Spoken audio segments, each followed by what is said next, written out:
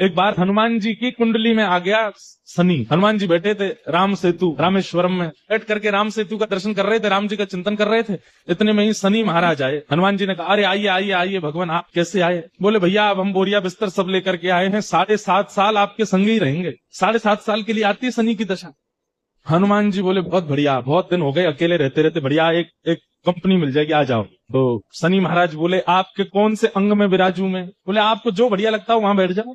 बोले ऊपर आप हमारे इसलिए नहीं आ सकते क्योंकि हमारा सर्वांगीण अंग राम से अंकित है, राम के ऊपर हम बैठने नहीं देंगे, हमारे इष्ट हैं वो। तो शनि बोले हम कहाँ बैठे? बोले काम करो आप हमारी पूंछ पे बैठ जाओ, ये पूंछ खाली बैठी है, बढ़िया है, लहराते रहोगे पूरे दिन, बैठ जाओ।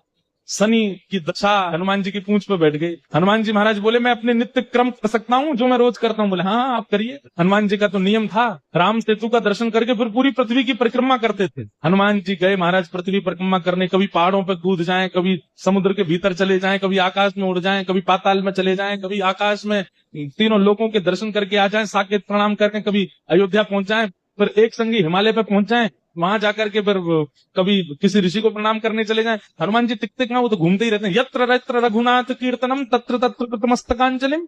जहां जहां कथा होती है, ये बात लिख लीजिएगा, पूरे विश्व में जहां भी कथा होती है हनुमान जी एक क्षण के लिए सही आते हैं, सब जगह आते हैं। अब अपनी संध्या वंदन करके तीनों लोगों की परिक्रमा करके पृथ्वी परिक्रमा करके फिर हनुमान जी ने लिस्ट निकाली कहां कहां कथा चल रही, सारी कथाओं में गए एक एक सेकंड के लिए। इतनी उछल कूद और इतना ज्यादा एनवायरमेंट चेंज हुआ, व्यक्ति अगर एक मौसम से दूसरे मौसम में जाए तो जुकाम खांसी हो जाती है, क्या क्या। ये तो कभी तो चले जाते हैं 40 डिग्री सेल्सियस में, कभी -40 में पहुंच जाते हैं, कभी आकाश में चले जाते हैं, कभी रसातल में पाताल में पहुंच जाते हैं।